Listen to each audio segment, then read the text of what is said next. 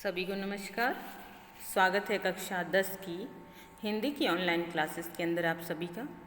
हिंदी में पाठ 10 भारतेंदु हरिश्चंद्र द्वारा लिखा गया पाठ है एक अद्भुत अपूर्व स्वप्न, जिसको हमने पढ़ा है, समझा है विभिन्न भागों के माध्यम से। उसी पाठ के जो है प्रश्नोत्तर है वो हम समझने का प्रयास है वो करते हैं। प्रथम प्रश्न है आपका बहुविकल्पात्मक है, वस्तुनिष्ठ प्रश्न कि भारतेंदु हरिश्चंद्र का जन्म स्थान क्या है? काशी, पटना, जयपुर या फिर जबलपुर? तो यहाँ पे प्रश्न का उत्तर बनता है हमारा कि भारतेंदु जी हरिश्चंद्र का जन्म स्थान है काशी। ठीक है। अगला प्रश्न कि पर्यक का शब्दार्थ है पलंग, कुर्सी, पाठशाला, देवालय। तो पर्यक यानी पलंग। लेखक के मन में प्रथम विचार क्या आया? लेखक के मन में प्रथम विचार क्या आया था? तो इसका उत्तर होगा कि लेखक के मन में प्रथम विचार ये आया कि संसार है वो नाशवान है, क्षणभंगुर है और इसमें अपने नाम को स्थायी और स्मरणीय बनाने के लिए मुझे भी कोई न कोई उपाय है वो करना चाहिए। और उसके चलते लेखक के मन में सर्वप्रथम देवालय या मंदिर बनाने का विचार है वो आया। फिर है उद्दंड पंडित कहाँ से बुलवाए गए थे? उद्दंड पंडित हिमालय की कंदराओं से खोजकर बुलवाए गए थे। सीधा सा सरल उत्तर है। फिर है ज्योतिष विद्या में कुशल पंडित का क्या नाम था?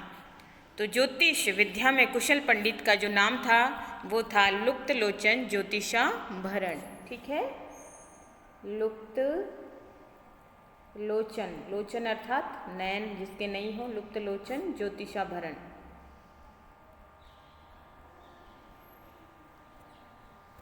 तो लुप्त लोचन ज्योतिषाभरण उनका नाम। बनाने का विचार क्यों त्याग दिया? प्रश्न है आपका। तो लेखक ने देवालय बनाने का विचार लेखक के मन में आया था, लेकिन जो है लेखक ने ये विचार त्याग दिया क्योंकि लेखक ने जब देवालय बनाने का विचार किया था या लेखक का जो समय चल रहा था उस दौरान अंग्रेजी शिक्षा या पाश्चात्य शिक्षा का महत्व बहुत अधिक बढ़ गया था और लोग अंग्रेजी शिक्षा के पीछे भाग रहे थे। अंग्रेजी शिक्षा का प्रचार प्रसार है वो समाज के अंदर हो रहा था और लेखक के मन में ये विचार आया कि आगे भी अगर यही स्थिति रही तो लोग कोई भी मंदिरों के दर्शन करने के लिए नहीं जाएगा और उसे कोई देखेगा भी नहीं। अंग्रेजी शिक्षा और सभ्यता के प्रसार से देवालयों की घोर उपेक्षा हो जाएगी, अर्थात कोई भी मंदिरों की तरफ जाएगा नहीं, दृष्टि भी नहीं डालेगा। और इस प्रकार से लेखक ने फिर सोचा कि जब कोई देवालय की तरफ जाएगा नहीं तो ऐसे में देवालय बनाने का कोई औचित्य नहीं है। तो ऐसी विचारों के चलते लेखक ने देवालय बनाने का विचार है वो छोड़ दिया या त्याग दिया। तो देवालय अर्थात मंदिर बनाने का विचार है वो त्याग दिया। ठीक है। कारण क्या था कि अंग्रेजी शिक्षा का प्रभाव बढ़ रहा था, अंग्रेजी सभ्यता का प्रभाव बढ़ रहा था। अब अंग्रेजी सभ्यता अर्थात ईसाईकरण भी हो रहा था, लोग धर्म परिवर्तन कर रहे थे। अंग्रेजों के आने से लोग हैं इन सब जो है समाज से, हिंदू समाज से कटकर अन्य सभ्यता की तरफ आकर्षित हो रहे थे, जिसके कारण लेखक ने देवालय बनाने का विचार है वो त्याग दिया। अगला प्रश्न है पुस्तक लेखन के विचार पर लेखक क्यों सहम गया? लेखक के मन में पुस्तक लिखने का विचार भी आया लेकिन लेखक सहम गया क्योंकि लेखक सोचने लगा कि पुस्तक प्रकाशित हो जाएगी और ऐसे में पुस्तक के प्रकाशित होते ही समालोचक रूपी जो कीड़े हैं वो उसे काट छाट कर आधी से अधिक नष्ट कर देंगे। समालोचक रूपी कीड़े अर्थात ये कह सकते हैं कि ऐसे लोग जो पुस्तकों के अंदर मीन मेक निकालेंगे, पुस्तक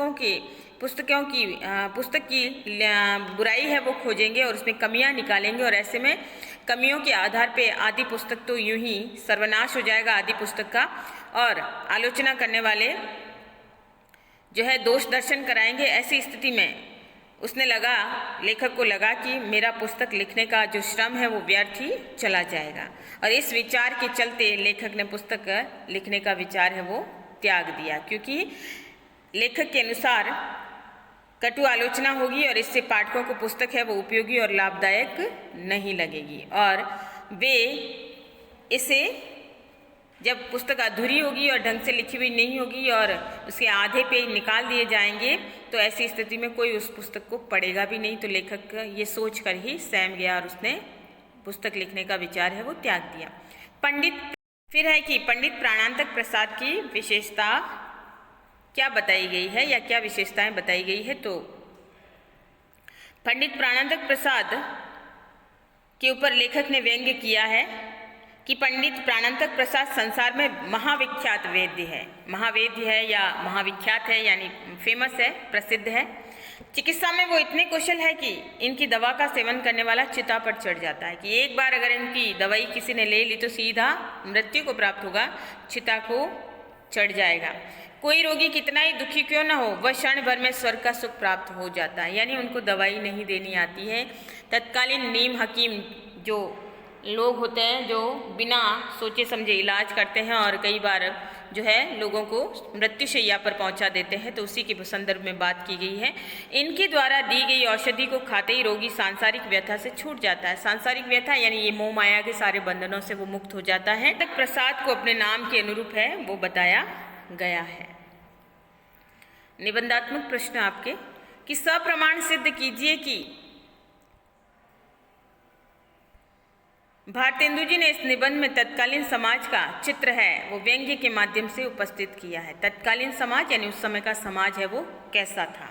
देखिए, भारतेंदु जी हरिश्चंद्र ने अपना जो निबंध है एक अद्भुत अपूर्व स्वप्न, जो कि उन्होंने भारत दुर्दशा नामक अपनी ही पुस्तक का एक छोटा सा हिस्सा है जिसमें भारत की दुर्दशा के बारे में बताया गया है। भारतेंदु हरिश्चंद्र ने तत्कालीन समाज की अनेक स्थितियों के ऊपर है इस निबंध के माध्यम से तीखा व्यंग्य किया है। जैसे कि उस समय भारत में अंग्रेजी शिक्षा का प्रभाव है वो बहुत बढ़ गया था और वहीं भारतीय शिक्षा जो थी, संस्कृत शिक्षा है, उसका स्तर है वो बहुत गिर गया था और अंग्रेजी शासन की शिक्षा में नित्य नए नए प्रयोग करने से अंग्रेजी शिक्षा का प्रभाव है वो बढ़ रहा था। लेकिन शिक्षा नीति है वो अपने आप में अपूर्ण थी। उससे भारतीय युवा सफ़ेद पोश बाबू तो बन रहे थे और साथ ही साथ पाश्चात्य सभ्यता और संस्कृति में रंग रहे थे, लेकिन कहीं ना कहीं जो है वो अपने संस्कारों से दूर हो रहे थे, अपनी समाज और अपनी व्यवस्था से वो कहीं ना कहीं दूर होते जा रहे थे। तो एक तीखा व्यंग्य है उन्होंने इस शिक्षा नीति के प्रभाव के ऊपर का किया है, जिसमें लोग हैं वो सिर्फ अंग्रेजी शिक्षा की तरफ बढ़ रहे थे और अंग्रेजों जैसे दिखने जैसा प्रयास है वो कर रहे थे।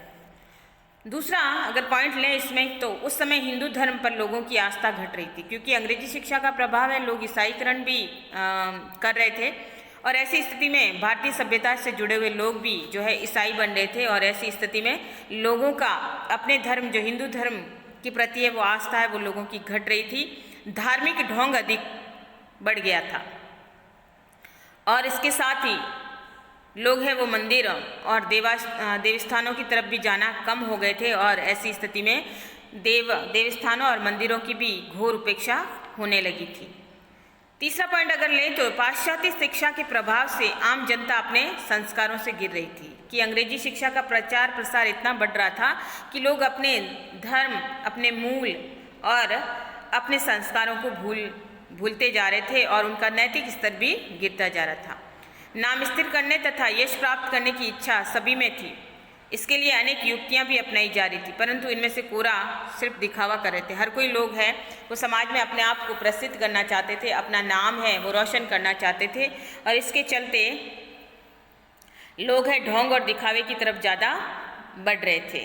तो इस प्रकार से जो है धार्मिक अंधविश्वास बढ़ रहा था और लेखक ने तीखा व्यंग्य किया है। जैसे लोग सामाजिक, धार्मिक आदि कार्यों के माध्यम से चंदे की मांग करते थे और उस धन का उपयोग भी अपनी स्वार्थ पूर्ति हेतु करते थे।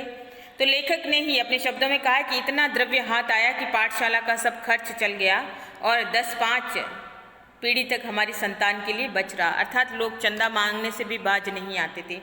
जो काम तो वो परमार्थ के लिए परमार्थ का काम दिखाकर जो है पैसा है लोगों से वसूलते थे और फिर उसे अपने घरों में जो है उसका उपयोग है वो करते थे। फिर शिक्षा, अंग्रेजी शिक्षा का प्रभाव तो वो बढ़ रहा था, अंग्रेजी नीतियाँ भी घट रही थी, अन्यायपूर्ण अंग्रेज है वो आचरण अन्यायपूर्ण कर रहे थे और लोगों का मन है वो भारतीय सभ्यता से विमुख हो रहा था। शिक्षा के क्षेत्र में भी बड़ी दुर्व्यवस्था फैली हुई थी, लोग शिक्षित नहीं थे, शिक्षक अयोग्य होते थे, विद्यालयों के संचालक शिक्षकों को वेतन नहीं देते थे, चारों तरफ भ्रष्टाचार है वो फैला हुआ था उस समय अंग्रेजी शिक्षा के माध्यम से या अंग्रेजी संस्कृति के प्रभाव के माध्यम से। और लोग विद्यालय तथा जो भी परमार्थ के कार्यों का जो धन होता था उस धन का वो मिल बैठकर दुरुपयोग भी करते थे, यानी भ्रष्टाचार भी बहुत अधिक फैल गया था। भारतेंदु जी ने जो अपना निबंध लिखा है एक अद्भुत अपूर्व स्वप्न, इसमें इन्हीं पाखंडों के ऊपर उन्होंने व्यंग करने का प्रयास किया है कि समाज में जो बुराइयां व्याप्त थी उन्हीं बुराइयों को उन्होंने अपने इस निबंध के माध्यम से प्रस्तुत करने का प्रयास है वो किया है। व्यंग्यात्मक रूप से हमें उस समाज का दर्पण है वो उन्होंने दिखाया है। उस समय सब स्वार्थ से ग्रस्त थे, अंग्रेजी सभ्यता का प्रचार प्रसार होने के कारण प्रत्येक व्यक्ति है वो स्वार्थी होता जा रहा था। जो है शिक्षकों में ज्ञान की कमी थी, परंतु वो भी अपने आप को इस ढोंग के चलते महाज्ञानी दिखाने का प्रयास करते थे। आम जनता भी इनके बहकावे में आ जाती थी और इस प्रकार से लेखक ने अपनी व्यंग्य रचना के माध्यम से अध्यापक, समाज की व्यवस्था, समाज पर बढ़ता अंग्रेजी शिक्षा का प्रभाव, धर्म परिवर्तन, मंदिरों की उपेक्षा और साथ ही साथ जो है दिखावे की प्रवृत्ति, आडंबर की प्रवृत्ति, इसके ऊपर है अपने पुस्तक या इस पाठ के माध्यम से, अद्भुत अपूर्व स्वप्न के माध्यम से पूरी तरह से लेखक ने इसके ऊपर व्यंग्यात्मक दर्शन जो है हमें समाज का कराया है, व्यंग्य रूप में इसे हमारे सामने उपस्थित किया है। अगला प्रश्न है भारतेंदु जी की शैली पर प्रकाश डालिए कि भारतेंदु जी की लिखने की शैली कैसी है। देखिए प्रश्न का उत्तर हम देखते हैं कि भारतेंदु जी की जो शैली है वो पूर्व हिंदी गद्य रचना के दो प्रधान शैलियाँ इसमें प्रचलित थी। एक तो है तत्सम प्रधान विशुद्ध हिंदी की शैली और दूसरी है उर्दू के तत्सम शब्दों से भरी उर्दू वाक्य रचना वाली शैली। भारतेंदु जी ने इन दोनों ही शैलियों का जो है बीच का रूप है वो अपनाया, मध्यम रूप। इसलिए उन्होंने हिंदी गद्य रचना में खड़ी बोली और शब्दों के साथ तत्सम और तद्भव शब्दों का प्रयोग भी इन्होंने किया है। अरबी फारसी के प्रचलित शब्दों को भी इन्होंने इसमें अपनाया है अपने पाठ के माध्यम से और उन्होंने अपनी भाषा को बोलचाल के व्यवहारिक शब्दों से उन्होंने संवारा है और उसे उपयोगी और लोकप्रिय रूप है उन्होंने दिया है। भारतेंदु जी ने तत्सम शब्दों के साथ ब्रज भाषा के शब्द भी अपनी इस रचना के अंदर डाले हैं। इसी तरह मिश्रित भाषा का प्रयोग भी उन्होंने हिंदी की गद्य शैली के विकास हेतु किया है। भाषा में प्रवाह उत्पन्न करने की दृष्टि से उन्होंने लोकोक्तियों और मुहावरों का प्रयोग भी उन्होंने किया है। विषयानुकूल शब्दावली का चयन भी उन्होंने पूरी तरह से किया है।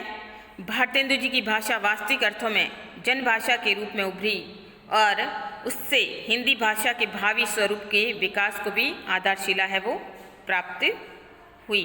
तो भारतेंदु जी की शैली जो है वर्णनात्मक शैली, विचारात्मक शैली, भावात्मक शैली, उपदेशात्मक शैली और हास्य व्यंग्यपूर्ण शैली है वो मुख्य रूप से मिलती है। जैसे कि वर्णनात्मक शैली में उन्होंने जो है उदाहरण देखो सागर में एक दिन जब सागर निमग्न हो जाएगा, काल व शशि सूर्य भी नष्ट हो जाएंगे, आकाश के तारे भी कुछ काल पीछे दृष्टि न आएंगे। तो इसमें यथावत उन्होंने वर्णनात्मक शैली को अपनाया है और काफ़ी गूढ़ बात है उन्होंने इसमें हमें बताने का प्रयास है वो किया है। वहीं विचारात्मक शैली के अंदर अगर हम देखें तो उन्होंने गंभीर चिंतन और विचारों को व्यक्त करने में भी अपना महत्वपूर्ण तथ्य है, इस माध्यम से भी उन्होंने अपनाया है। फिर भावात्मक शैली में लेखक ने भावों की प्रधानता के ऊपर भी है वो बल दिया है। चौथी शैली को अगर हम माने तो उपदेशात्मक शैली, जिसमें उन्होंने पाठकों का मार्गदर्शन करते समय, परामर्श देते समय लेखक ने इस शैली का प्रयोग है वो किया है। अंतिम शैली आती है व्यंग्यात्मक शैली, जो कि इस पाठ का जो है मुख्य बिंदु है, जिसमें व्यंग्य के माध्यम से इन्होंने पूरे पाठ एक अद्भुत अपूर्व स्वप्न के ऊपर जो है पूरी तरह से प्रकाश डाला है और हमें समाज का दर्शन है वो उन्होंने इस पाठ के माध्यम से कराया है। तो इसके अंदर हास्य व्यंग्यात्मक शैली है कि उन्होंने अंधविश्वास, स्वार्थ, सामाजिक अनाचार के ऊपर है अपनी इस शैली के माध्यम से प्रहार किया है और उन्होंने समाज का, अंग्रेजी समाज और सभ्यता का प्रभाव है समाज के ऊपर किस प्रकार से बुरा असर डाल रहा था, समाज किस प्रकार से संस्कारों से गिर रहा था और समाज का युवा किस प्रकार से पथभ्रष्ट हो रहा था, उसके ऊपर है लेखक ने अपनी भाषा शैली के माध्यम से तीखा प्रहार है वो किया है। तो ये थी भारतेंदु जी की शैली।